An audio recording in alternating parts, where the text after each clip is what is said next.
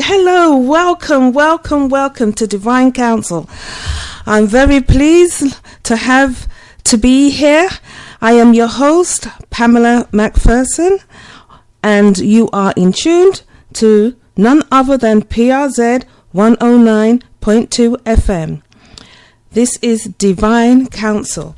Now, it's great to be here again to talk to you about family issues, family matters.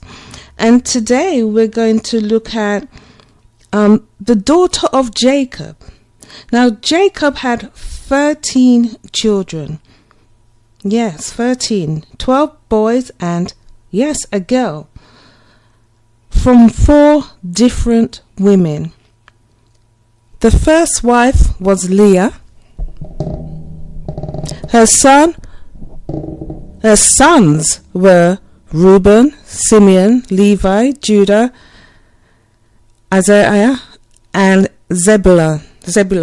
Sorry, sometimes these names are difficult for me to pronounce, but yeah, Leah had 6 sons and 1 daughter, Dinah. Then Jacob was married to Rachel, his second wife, the love of his life, and she had 2 sons, Joseph and Benjamin. Then the third wife was Bilhah, which is Rachel's maidservant, and she had Dan and Naphtali. And then the fourth wife was Zillah, and that's Leah's maidservant, and she had Gad and Asher, 2 sons. But today's talk is about daughters matters. Daughters matter. Jacob had 1 daughter, and she was surrounded by brothers. It's hard. I know it's difficult to be a girl surrounded by brothers. They are very overprotective. She must have felt suffocated. They must be keeping their eyes on her all the time. I mean, I understand that a lot of boys are very protective over their sister, and they don't want any other boy to, mess around or talk to their sister or try to date their sister without their permission. So I know how it could be very, very difficult for Dinah when she was a young teenage girl. She must have been doing a lot of the housework, a lot of the cooking, even babysitting. She would have been doing all those things that they will say is women's work. But at the same time, as young girls, we want to be free, to be creative, to be what we want to be, to leave our mark, to say that we have dreams also. We have things that we want to achieve also as young girls. And to be surrounded by brothers, not even just 1, 2, 3 brothers, but 12 brothers, it must have been very difficult for her. And of course, a father plan is fathers usually just want to protect their daughter and keep them safe and don't want the daughters to ever grow up. I mean, there's a running joke with my friend and his daughter. He always says she's not going to get married until she's 30. It's this thing that men like to protect their daughters a lot. However, we're looking at Genesis 34. It talked about Dinah for as a young girl that wanted to see Dinah, sorry, there's some people pronounce it Dina, some people pronounce it Dinah. She wanted to see what the other local girls are doing in the area. She went out. She went to look. She went out of her camp. Why did she want to see? Why did she want to see what the other females of the land was doing? There is a saying, I believe it's a West Indian saying, that you get what you're looking for. And it seems quite harsh, that saying, but it means sometimes you go looking for something and then you may not like what you get. And the saying is, well, they're saying, well, you shouldn't have gone out there in the first place, so you get what you're looking for. And it's very harsh, but Dinah wanted to go out, wanted to see what was happening in the local community, how the other girls dressed, how the other girls entertained themselves. And this is what happens now in our community. Our girls want to go out there, dress up, look pretty, go to parties or youth clubs or activities. They want to be a part of what's going out in the community. And unfortunately for Dinah, she's straight out of the hedge of protection, because she wanted the excitement of others, because we think it looks good on the other side. We look at other people, the way they dress. They got the latest, teenagers. They got the latest Nike. They got the latest Nike top, Nike shoes. And they want to be like that. They want to be like everyone else. That's why a lot of our children get caught up in selling drugs, because they want to be like everyone else. They want to have the latest mobile or the latest gadgets. They want to go and do what everybody else is doing, and they get caught up, and they get more than what they bargain for.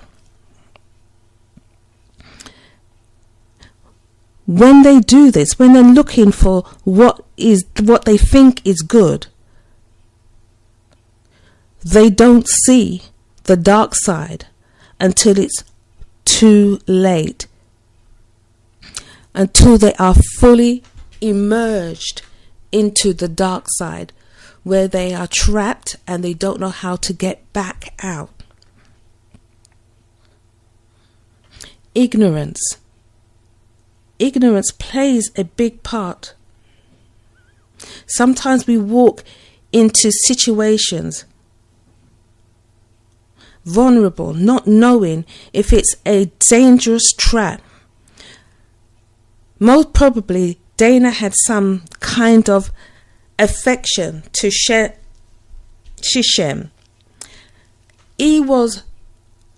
Some of you may not know the story of Dinah and what happened to her.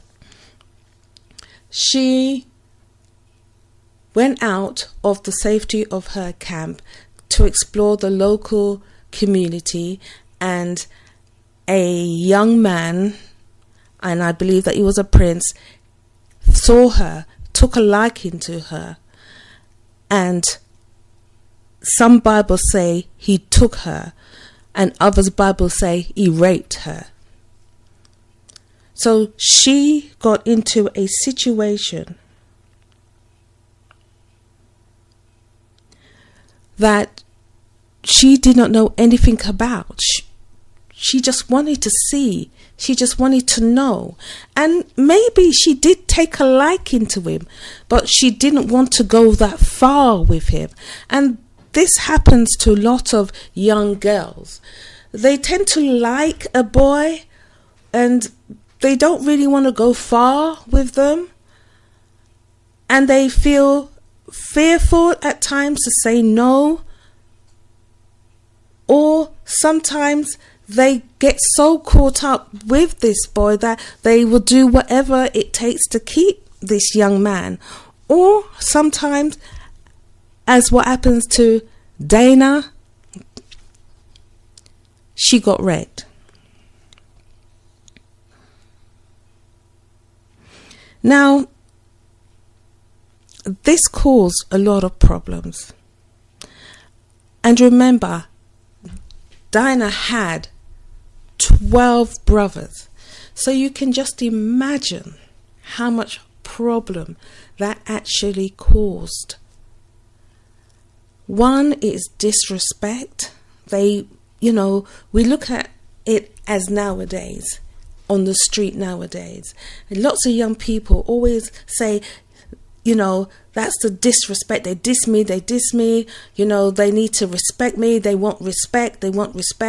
And to them, respect is a big thing. And when someone steps on their toe, disrespects them, a lot of young people will retaliate, fight, cause harm. And this is what happened in Dinah's situation. Now, in the word, it says, Shechem was not a bad lad. He allowed his emotions to get the better of him. He made a wrong decision to force Dinah to lay with him. Shechem, in verses 3 and 4, seemed like he regretted his actions to what he did or what he'd done to Dinah. So we started to speak kindly to her. His love for her was overwhelming, and he wanted her for his wife. So he was remorseful. He sought forgiveness. And I'm not saying that rape is a good it shouldn't be punished, or it shouldn't be disciplined or something, because you do not rape or harm others in any way. It is a violation. It is soul destroying to be raped, to be abused by another. And I know that he regretted his move. He regretted his decision. His emotions took over. He wasn't thinking clearly. But it was too late. He had regrets. And we do things that we regret. And we want to find some way to make amends. In verse 19, he says Shimshon was the most honorable one in his family. So that means he wasn't a bad lad. He just did something wrong. His emotions ran away with him. And he did what he shouldn't have done. So to me, it shows me that this was out of character. He made a big mistake. It wasn't acceptable. Rape is not acceptable in any way. No is no. However, it was too late. When Dana's brothers found out, revenge was on their minds. And this is what we see in our community today. Sometimes we get into, or young people get into such a trap, gone into the dark side of life and can't find their way out. And they regret and they want to find a way out. They want to get out. They want to stop what they're doing, selling drugs, causing harm to other people. You know, even some have paid the price. Some young people have gone to prison for the crime that they've committed. They served their time. Some want to come out again and try to start anew. But the problem is, the people who are affected has not forgiven, has not moved on. So they still have revenge in their hearts. They still have revenge on their mind. And this is what we see with Dinah's brothers, seeking justice by their own emotional logic. Simeon and Levi, the second and third eldest brothers, hot-headed, going with emotions of rage and anger, plotting to commit genocide, wiping out a complete city when the city was defenseless. This is what happens when we make the wrong move, when we don't pay attention to our children. They want to see what is out there. Dinah wanted to see what was out there. She wanted to know, what does the other young girls do? How come they dress up like that? How come they look like that? How come they have these latest gear? How come their hair is the way it is? And then they start mixing in areas and in situations they don't know nothing about. And they get caught. And it doesn't just affect them. It affects the family. Some of our young girls end up selling drugs. Some of our young girls end up prostituting. Some of our young girls end up being pregnant. And that's because we wasn't paying enough attention to our daughters. We was not talking to them enough. We was not explaining what is out there. What are they seeing? We just think, stay at home, do the cooking, clean up, get home. We didn't think that they're developing, they're changing. They have free will, they have ambition, they have desires. We just assume that we're parents, they must listen and do what we're told. Sometimes I see young girls leaving home from school to go to school, and their skirts are very long past their knees when they leave their parents' house, and as soon as they get to the bus stop, I watch them turn up their skirts by the waist to make their skirts shorter and above the knees. Now, that shows me that somebody's daughter is hiding what they really want to do from their parents. That shows me that that daughter cannot go to their mother or father and say, I want to look a certain way. She's sneaking out to look this way, and the parents don't know this at all. This shows me that there's a lack of communication, lack of education. Not telling your daughters about the birds and the bees and the facts of life. And then they end up getting trapped. And if they have hot-headed brothers,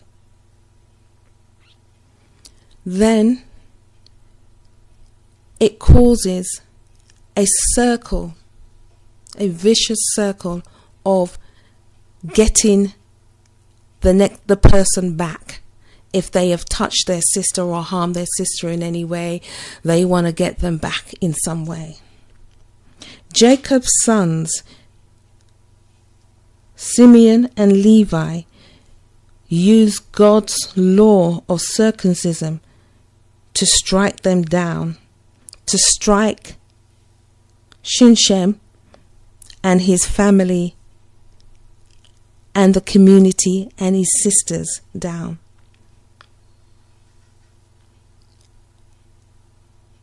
Simeon and Levi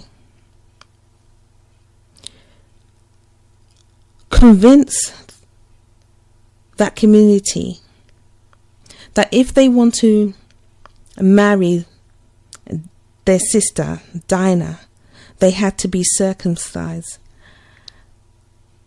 And because the young man was so in love with Dinah, he was willing to do whatever it take. He really regretted his actions. He just wanted her to be his wife. And he convinced his father, the father and him convinced the community, and they all decided to get circumcised. Simeon and Levi used this opportunity, which is a sacred thing, to kill, to wipe out.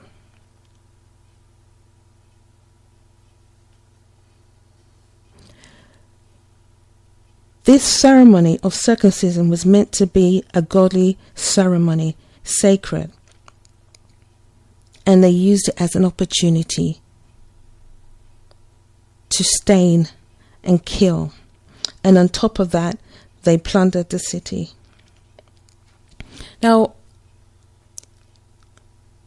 some people may think, yeah, well, what's wrong with that? He done a crime. He deserved to be punished, blah, blah, blah. Yes, there is a crime. There are crimes being committed. There was a crime being committed. And there should be a punishment. But to murder a whole entire family, to wipe out an entire city, it's more than just wanting to seek revenge. That's more than just seeking revenge. To threatening, it's like young people. They bring trouble to their family home. And it's not just the young person that's being threatened, but the family themselves are being threatened. The family themselves having no peace, day in and day out. If it's not the gangs that are coming to the house and harassing the family, then most probably the police may be coming to the house, and they can't have no peace where they live because of one mistake or a choice that somebody made, a young person made within the family. Now this situation made Jacob an approach obnoxious to the other nations. If it wasn't because of the protection of God over Jacob, I believe the other nations would have wiped them out because of fear of what two sons did to a town.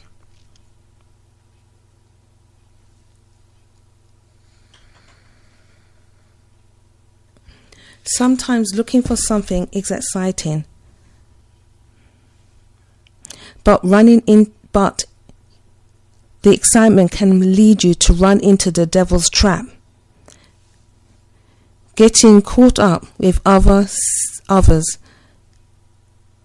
seeing things they want, being led astray, getting involved so deep.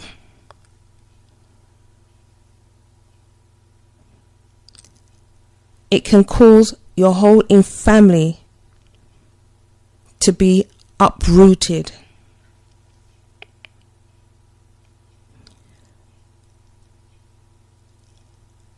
Dinah just wanted to see, but it caused Jacob to have to uproot his family and his workers and to leave where they were settling for a while in haste. I just want to say to parents, remember that your daughter matters. Your daughters matters. Don't ignore their feelings. Don't ignore what they want to do. Talk to them. Speak to them. This is your host, Pamela Mcpherson, on 109.2 FM. And I want to say good night and have a good day. Tune in to Divine Counsel every first and third Sunday of the month on Prayer Rally Zone 109.2 FM, hosted by Pamela Mcpherson and Pastor Ime Akpabayo. We will discuss life matters such as relationships, children, parenting and parent, friendships, church issues, emotions, addictions, and much more, giving insight into life matters. Divine Counsel on Prayer Rally Zone 109.2 FM, your number one Christian radio station.